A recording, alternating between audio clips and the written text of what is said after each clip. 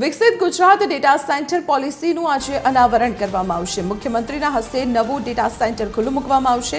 નાયબ મુખ્યમંત્રી સહિત મંત્રી અર્જુન મોઢવાડિયા પણ ઉપસ્થિત રહેશે। રાજ્યમાં વૈશ્વિક કક્ષાનું અદ્યતન ડેટા સેન્ટર આજે શરૂ થશે। નવી ડેટા સેન્ટર પોલિસી 2026-2029 હેઠળ તેનું નિર્માણ કરવામાં આવ્યું છે। ડિજિટલ ક્ષેત્રે ગુજરાતે અગ્રેસર બનાવવા માટે સરકાર દ્વારા આ મહત્વપૂર્ણ નિર્ણય લેવામાં આવ્યો છે।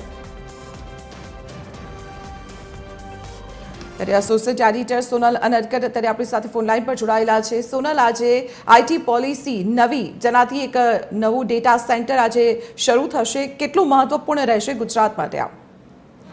વિકસિત ગુજરાત ડેટા સેન્ટર પોલિસી જે છે તેનું આજે અનાવરણ થવા જઈ રહ્યું છે। વર્ષ 2026-2029 અંતર્ગત જે આ પોલિસી છે તે જાહેર કરવામાં આવી છે અને તે અંતર્ગત આજે કહી શકાય કે વૈશ્વિક કક્ષાનું જે ડેટા સેન્ટર છે તે ગુજરાતમાં શરૂ કરવામાં આવશે અને આજે મુખ્યમંત્રીના હસ્તે આજે પોલિસી છે તેનું અનાવરણ થવા જઈ રહ્યું છે।